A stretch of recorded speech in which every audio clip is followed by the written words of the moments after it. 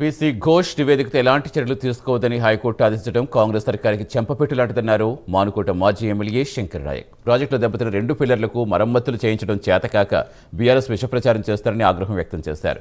కాకతీయులు గొలుసుకట్టు చెరువులు నిర్మాణం చేస్తే బీఆర్ఎస్ అధినేత కేసీఆర్ గొలుసుకట్టు ప్రాజెక్టు నిర్మాణం చేస్తారని రాకేష్ రెడ్డి అన్నారు. కాళేశ్వరం ప్రాజెక్టుతో 38 లక్షల ఎకరాలు సస్యశ్యామలమయ్యాయని తెలిపారు. కాళేశ్వరం కూలేశ్వరం అయిపోయింది. పెట్టిన 1,00,000 కోట్లు గోదావరిలో కలిసిపోయినాయి. దీనివల్ల 1 ఎకరా కూడా పారడం లేదు, 1 ఎకరం కూడా పంట పండడం లేదని చెప్పి దుమ్మెత్తి పోసిన. దాని అనంతరము కోటి ఆశలతోని తెలంగాణ ప్రజలు మార్పు కోసం కాంగ్రెస్ పార్టీకి ఓటు వేసి అధికారంలో తీసుకొస్తే ఏం చెప్పిండ్రు?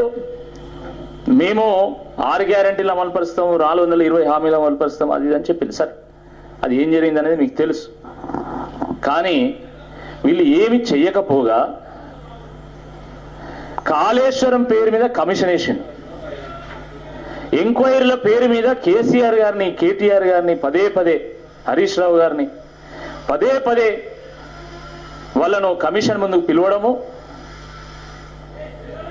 అసలు సమస్యల నుంచి ప్రజల దృష్టిని మళ్లించేటువంటి ప్రయత్నం చేయడము, కేసీఆర్ గారిని, హరీష్ రావు గారిని, బీఆర్ఎస్ పార్టీ నాయకత్వాన్ని అవమానపరిచేటువంటి ప్రయత్నం చేసి ఇవాళ ఈ నీళ్లు కూడా ఇవ్వడం చేతనైతే లేదు.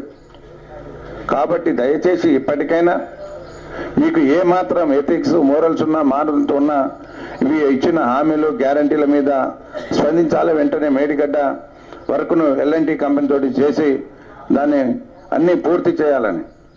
మీరు ఒక ప్రాజెక్ట్ స్టార్ట్ చేశారు, దాంట్లో 8 మంది చనిపోవడం జరిగింది. ఆ ట్యానల్ నుంచి బయట తీసే చేత కాదు, మీరు ఎగిరెగిరి పడుతున్నారు. ఏదో గుట్టంతో ఏలుకని పట్టినట్టు ఏం మాట్లాడుతున్నారో, ఏం చేస్తున్నారో.